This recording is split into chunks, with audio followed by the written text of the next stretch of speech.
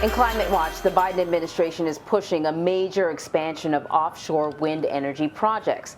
The ambitious plan, unveiled yesterday by the White House, locks in the federal government to generate 30 gigawatts of offshore wind power by the year 2030. Now, that's enough electricity to power more than 10 million American homes for a year. Officials say that it also means the creation of tens of thousands of jobs. All right, so here to explain what this all actually means is the CBS News climate and energy reporter Cara Korte. Thank you so much for joining us, because I don't know what these sort of gigawatts are, and I don't even know if 10 million homes are a lot for the expense. So let's start with where we are right now. How much offshore wind energy does the U.S. currently produce?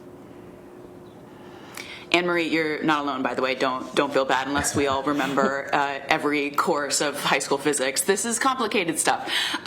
So what's happening with this project and how much offshore wind do we create? Now, here's the breakdown. In the United States, the electrical grid is made up of about 60% of fossil fuel energy. That's the vast majority, of course. That's going to be coal and natural gas. Now, 20% comes from renewable energies, and that's solar and wind power, but specifically offshore wind power is a very small fraction of even that 20% of renewables. It's 0.1% does offshore wind power all of the United States. And what makes this project so big is that the White House wants to multiply that to 2.5% by 2030. That is the goal.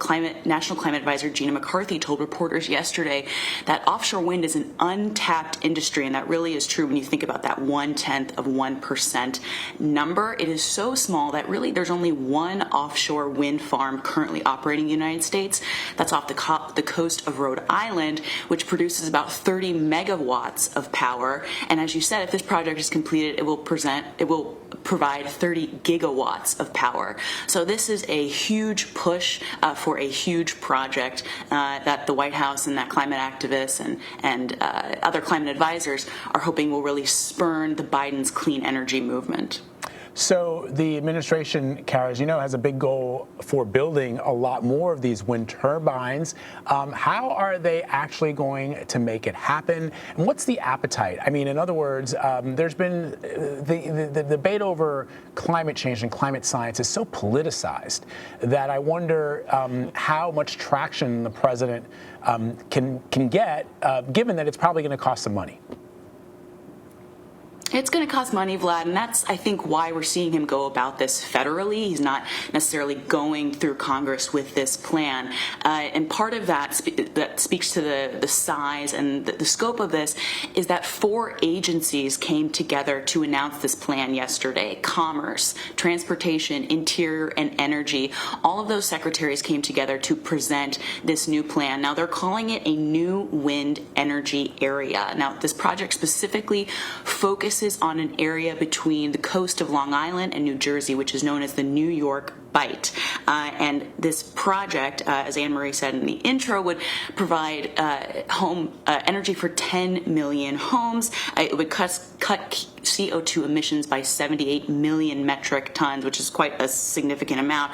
But also, when the White House sells any of its climate agenda, really they sell it as a jobs agenda, which is smart marketing. This project alone, studies say, would provide 44,000 jobs, but also an additional 33,000 kind of ancillary jobs that could come as a result of it, which kind of speaks to the interconnectedness of climate change and also the interconnectedness of this project, right?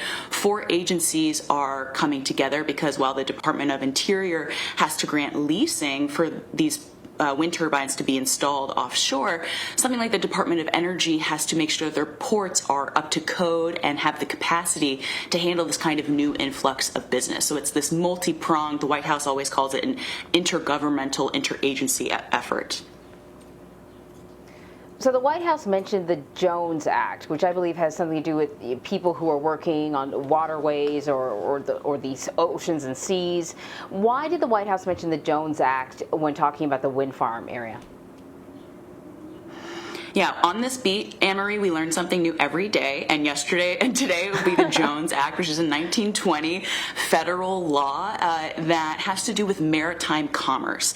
And what it says is that any kind of transportation that's happening between a U.S. port-to-port commerce, has to be made on U.S. owned and operated ships. And now we learned recently from the Suez Canal how much the country and the world relies on this maritime commerce, right? Well, the same thing happens in the United States, and the reason why the administration brought up the Jones Act is because it makes it another selling point. It's saying that this is kind of an American-made, an American-bred energy project. The example they specifically used was they were saying that wind turbines are obviously made out of steel, and that steel is going to be made in the United States, and if that's coming from a place like Alabama or West Virginia, that can be put on a ship and moved to a port in Texas where a turbine can be constructed, and then obviously it has to make its way up to the New York Bight.